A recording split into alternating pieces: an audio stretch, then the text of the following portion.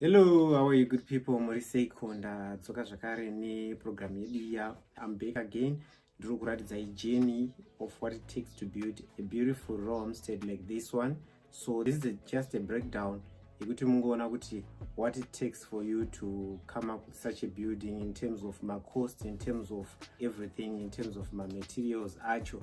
So I'm going to give you a breakdown. Ndichange ndichizokuratidza zvinenge zvichiita Staxeo team iri kufield and munenge muchizoona some of the parts or some of the phases whereby they will be doing this project and so this is a sort of like a walkthrough whereby I had to fragment like each and every stage kuti munyatsonzwisisa munyatsoona for such a building, because tingangoti size yebuilding here is about 151 square meters, the total size of the floor area or the total size of the building. Ma materials andichataura apa, they are estimated materials anozowedzerwa 5% wastage. Usually wastage is meant for, let's say, for transportation by materials anogona kuita ma breakages, then panogona kuita kuti ma incidents here and there, so ndinowedzera that allowance. That is usually done ku quantity surveying zvagara zvinotongoitwa izvozvo, and even kuma building standards zvagara zvinotongokava. So pa superstructure stage yedu yeimba yedu octagon handiti is I will be showing you what it takes to build such a house and let's get to see it and so my materials achakamira akadai, so muchazoona inyu zviri kuita mabuilders ari kusite. Ndichamuratidzai just a snippet of what they are doing and zvinenge zvichingobudawo pascreen ipapa is I will be communicating and talking to you and so tikangoti pa superstructure stage. Superstructure ndo patiri kuti taakubva pa foundation stage paipa patinenge taleya our concrete slab, taisa ma termite poison zvese nepolythene black plastic here and tabva ipapo pa stage ipapo ndo yatakuti superstructure. Tichibva ipapo kunobata kuya kwatinoti kwatinozoisa ma wall plate, takuzoisa zvisimbi zviya zvinozoita secure the roof and so tiri kuti pa this building pakashanda about 140 bags of cement and then ipobva pakashanda futi zvakare tingangoti 8,000 face break. These were meant for designing like ma crucial areas, for instance niye tingangoti muma doors, muma windows, French door, pa frontage, nekuti face break zvainoita haiiswi imba yese. Ikaiswa imba yese design yacho haizonyatsobuda zvakanaka, because panenge pachizodawo kuti pamunopenda imba yenyu handiti then panozoiswawo face brick zvine kamwe ka collaboration kazvinobudisa nekamwe ka combination kanoita enhance an aesthetic beauty inobuda ipapo, especially if creativity is being done to the maximum neanenge achidesigner. Imba inobuda zvakanaka, because tiri kuti even face brick yazoiswa panenge pekuti face brick inenge isina kunyatsobuda zvakanaka kana kuti yakatengwa inogona kuzoiswa ino yatinoti iyo break dress handiti. So pakashanda futi pit sand, it was 35 cubic meters. In other words, it's 5 loads. Then river sand we had to use 28 cubic meters. Concrete stones we had to use 14 cubic meters, which is about 2 loads, because 7 cubic meter represent 1 load according to our ratio. Then pama brick force pane ma 230 kozoita ma 115.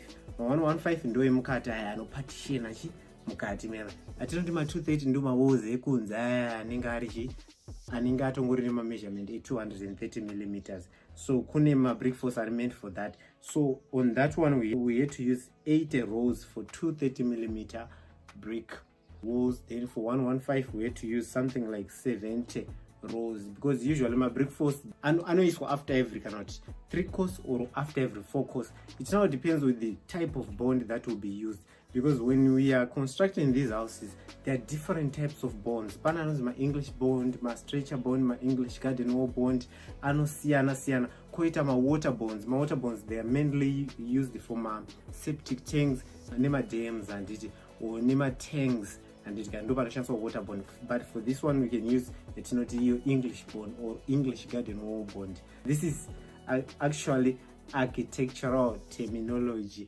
Ndosaka ndichingoti takudongo simplify kuti tifambidzane tichinyatsonzwisisana tichionesana kuti zvinhu zvacho zviri kufamba sei handiti. Tabva ipapo same applies to DPC handiti. Ka DPC pakashanda 8 rows for 230 millimeter, then 10 rows for 115 millimeter. Usually DPC is meant imise moisture from below kuti isa penetrate up the wall. So DPC yakakosha kana tichinge takuda kutanga kuleya superstructure stage yedu. And so for this building, this is what you will be looking forward to have in terms of my materials. Don't underestimate the materials that are needed when constructing such a structure. Kochizoitawo under 5% waste, like 5% inozowedzerwa here. There may be oversupplies of those materials. Usually they are being done in such a way, kana kuti pano calculator we do it in such a way kuti you spend and over your materials and you don't, let's say, spend less. Because zvazvinoita ndezvekuti mukatenga materials mashoma overshot, you will be thinking kuti my materials maybe they were stolen and so forth, but or maybe mama budget ori muzotenga kana kuti zvimwe and so forth. Saka stage inenge yatokavha kana ikazowedzerwawo 5% wastage, zvinenge zvine ka self sufficiency kanenge karipo and zvinhu zvinonyatsa kuendeka. Construction phase yacho inenge ichitongonyatsa zvakanaka, if zvinenge zvichitongoflow handika. Then itobva taenda pama door frames nema aluminium windows. Usually apa they are dependent to the plan. We are saying ma plans anosiyana.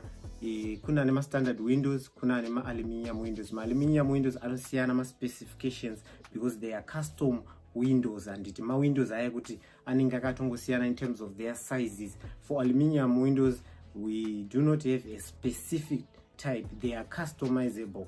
Ma windows aya kuti they can be customized and you can come up with any type of size. So it now depends with the type of window.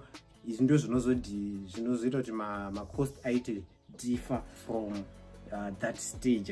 But usually my door frames, they are all the same, and my doors, they are all the same. Anenge ma flush doors emukati, then kuchizoitawo ma doors ekunze. I would advise for you to use my metal doors. Kuti chero ukanaya mvura nditi ariko izvi ma metal doors ekuti anenge ine part of the upper part inenge ine window handiti yotoitwa glazing handiti yekuti mumba mupassage munotopinda light, kana riri dori rekuti rekuvhura kubuda kunze rinenge ritori renhingirikini remetal. Saka mvura ikanaya chero zvikadi dori renyu munongovhura zvakanaka, harina any inconvenience of kuti zviya rinozofema nemvura yanaya kana kuti chii handiti. So tobva ipapo toenda pa ring beam apa.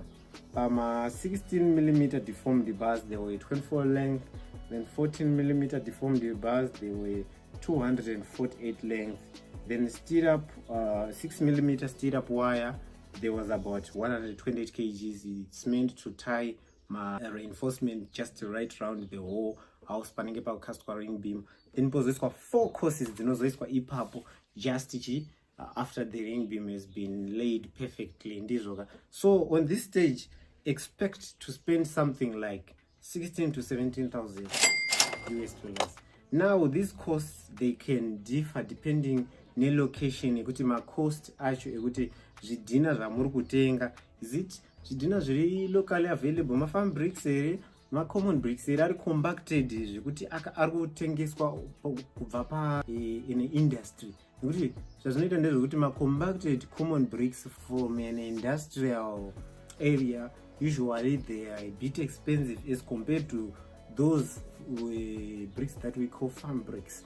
Anongogadzirwa aya mumaraini then obva atopiswa handiti aya kuti munhu asesa mega muzongoona kuti zvidhina zvakadii zvakayanzotsva. Hatifungi kuti zvingazoita any problem kana zvikashandiswa pakuwaka imba. Saka ndo zvimwe zvinhu zvinominimize macost.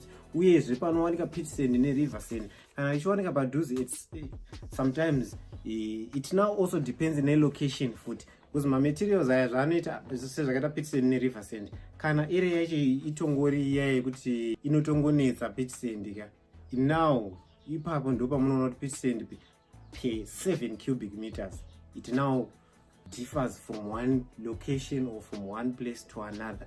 But kuchizoitawo zvinhu zvakaita se-cement, ma-deformed bars, koita ma-brick force, ma-DVPC, ma-damp-proof course membrane, zvinenge zvakangofanana. Those ones zvinenge zvingori nema-standard prices anenge ari all over, like ma-hardwares akaita sana electrocells, tindis, bola hardware, so and so forth. Ma-hardwares akawanda ari muno muZimbabwe, ma-standard hardwares. So kana cement ichingonzi iri kuita $12.50, you'd find kuti mukaenda pane next hardware the difference may be like 50 cents, and so that is what we call a standard price. So for this house, that is what you have to expect in terms of constructing the superstructure stage. So thank you guys. See you in the next phase of the video, where I'll be showing you, or whereby I'll be giving you a summary of what it takes for the roofing stage.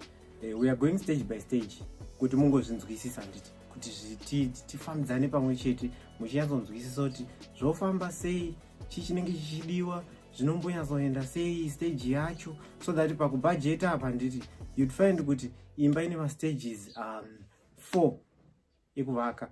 Tikuti pane substructure, poita superstructure, poita roofing stage, pochizoita mafinishing handiti mafinishes. Pamafinishes ndo pane installation of electrical conduits and wiring, toita plumbing of water and sewerage, toita plastering, rhino set, tobva taita painting, tobva taisa pavement, ndo patinozoisa madriveway nemaskating and so forth, nemapathways anenge achizolinga neyatinoti iyo landscape, natural landscape, ichizomeja ne-physical landscape. So thank you for watching this video, and I'll be showing you zvimwe zvinhu zvinenge zvichizoitwa neMr Excel team, and thank you for watching. Stay subscribed. For some of you who are just watching, make sure you subscribe so that you get notified pandino upload at the next phase of the video.